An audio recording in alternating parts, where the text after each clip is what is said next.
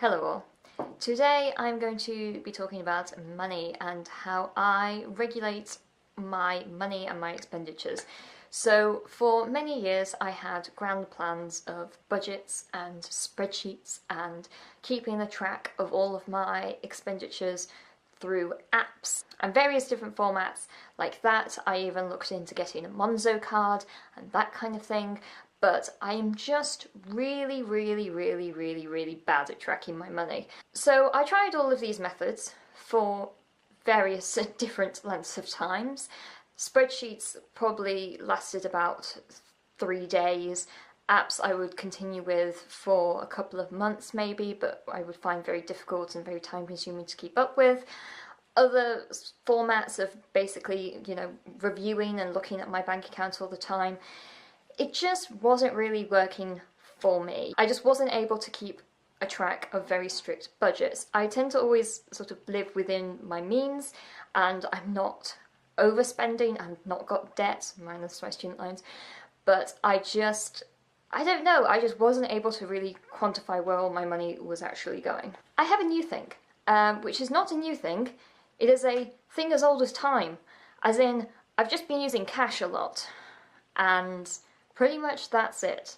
So I have direct debits set up that pay for things like my rent and my gym membership and, contributions to charities and things like that, and my church.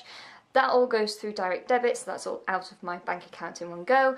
I use my contactless card for all of my tube journeys and using the underground, and then pretty much the rest of my spending is all done via cash.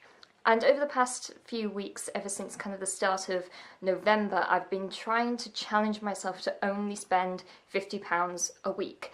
And that's £50 for everything. So I have to kind of budget everything into that small amount of money. So I have to factor in things like going out with friends and food shopping and even cleaning materials and, things in everyday life, shampoo, everything has to come out that £50.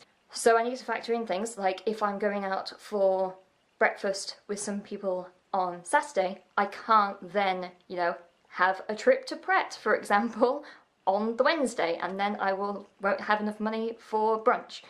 So it really makes you think about what you're actually spending your money on, and you can visually see kind of, okay, this is physically my budget, I have the money in my hands. And it can be a bit annoying because, for example, it is currently, Thursday, and I have like 15 quid, but I need to think sort of how much I can make this amount of money stretch for the next few days. And I'm not going to have any more money until Sunday, so I need to think, okay, I'm not going to have dinner out tonight when I go to the theatre. I'm going to save that money and maybe go out for brunch on Saturday or something like that. So it really does make you think. I know this is not revelation. I know this is not some kind of like mad revelation. I know people have been doing this for years, and it really does make you think about certain parts of your budget. It also makes you just very more aware of what you're spending your money on. And I realise that I do spend a lot of money on sort of more entertainment stuff, things with friends, things at the theatre, cinema tickets, just going to, a museum and that kind of thing. Like, London is very expensive, and it is a very easy way to keep a track of your finances if you're only giving yourself a very small budget every single week to actually work for. £50 is, I think, a good amount of money, especially if you're having to pay for example, all of your food and things. At the moment, I've been doing a lot of batch cooking, which I will do a video on sometime in the next month, where essentially I batch cook all my foods. I spend about somewhere between like £15 and £20, and I make enough food for approximately 2 weeks. That's also how I'm able to make sure that all my food budget is so low as well, so that's how I'm able to kind of manage that into like a £50 budget per week, which means I'm not necessarily having the most extravagant meals, but it means that I'm saving that money on batch cooking food here, so when I want to go out for dinner with my friends, I have that money, so I'm making those choices, and actually physically having the money in your hand means that you're able to make those choices a lot more clearly and with a lot more information. Give me any of your saving advice in the comments below.